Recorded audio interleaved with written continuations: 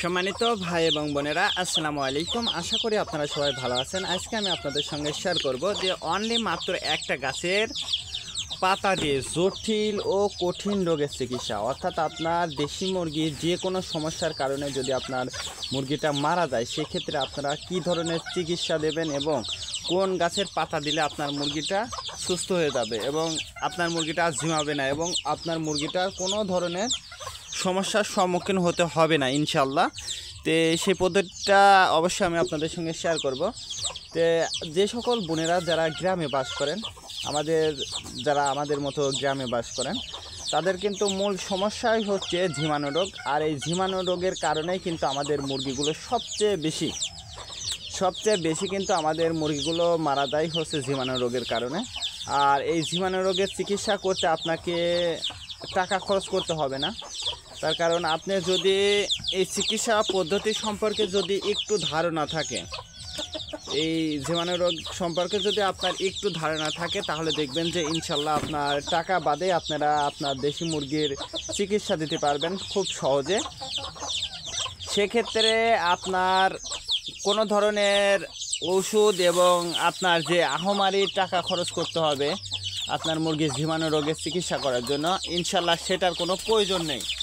যে আমাদের মুরগিটা ঝিমায় মূলত কয়টা কারণে, সেই বিষয়ে কিন্তু আপনাকে ধারণা রাখতে হবে। আর এই ধারণাটা যদি আপনি যেভাবে হোক দেশি মুরগির রোগ বালাই সম্পর্কে এবং চিকিৎসা সম্পর্কে যদি আপনার ধারণাটা ফুলফিল হয়ে থাকে, তাহলে আপনি যখনই মুরগি পালন করতে যান না কেন, মুরগি পালন করলে আপনার কখনো লস হবে না। আর যদি আপনি রোগ বালাই সম্পর্কে না জেনে যদি আপনি এই দেশি মুরগি পালন করতে আসেন, সেক্ষেত্রে আপনার লসের সম্মুখীন হওয়ার সম্ভাবনাটা 100% হয়ে যায়।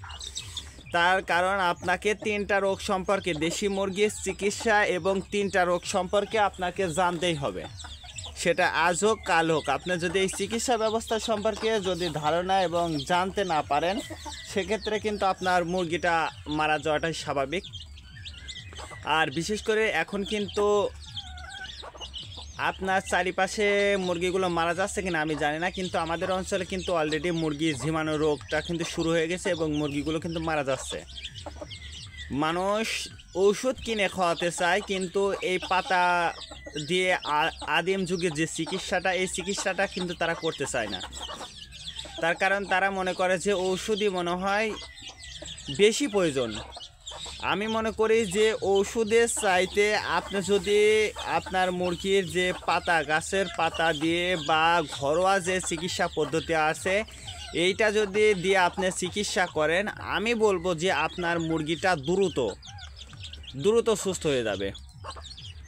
তার কারণ আপনি ওষুধ খাওয়াতে আপনার ব্যাকটেরিয়া আছে, যেমন আপনি যদি অ্যান্টিবায়োটিক ওষুধটা চালান, সেক্ষেত্রে কিন্তু আপনার মুরগির ওজনটা কমে যাবে, আপনার ডিমের গ্রোথটা আসলে কমতে থাকবে।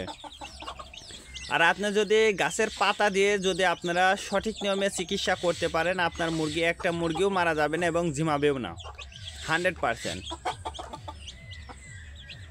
এক্ষেত্রে আমি বলবো যে আপনারা অবশ্যই গাছের পাতাটা খাওয়াবেন, আপনার মুরগিটা ঠিক থাকবে, ওজন ঠিক থাকবে এবং আপনার মুরগিটা সারা বছর সুস্থ থাকবে। আপনার সর্বপ্রথম আমি এই নিয়মটা আপনাদেরকে বলে দিই। এই যে আমি যে ভুট্টার গুঁড়াটা দিয়েছি, এটা কিন্তু অলরেডি একটা গাছের পাতার রস দিয়ে মিক্সড করে আমার মুরগিগুলো অনুযায়ী আমি কিন্তু এই রসটা করে আমি কিন্তু খাবারের সঙ্গে মিক্সড করে তারপরে আমি কিন্তু আমার মুরগিগুলোকে দিয়েছি। আপনারা সর্বপ্রথম পাতাটা নেবেন, পাতাটা থেতলাবেন, তারপরে রস করে তারপরে কিন্তু আপনি আপনার মুরগিগুলোকে খাওয়াবেন। তো কোন গাছের পাতা দিয়েছি সেই পাতাটা কিন্তু আপনারা সবাই চেনেন। সবচেয়ে ভালো হয় এই আগাটা যদি আপনারা বেটে আপনার মুরগিকে যদি খাওয়াইতে পারেন। এই যে পাতাটা দেখছেন, এই পাতাটা হচ্ছে আপনারা সবাই কিন্তু চিনতে পেরে গেছেন, এই পাতাটা হচ্ছে পেয়ারা পাতা।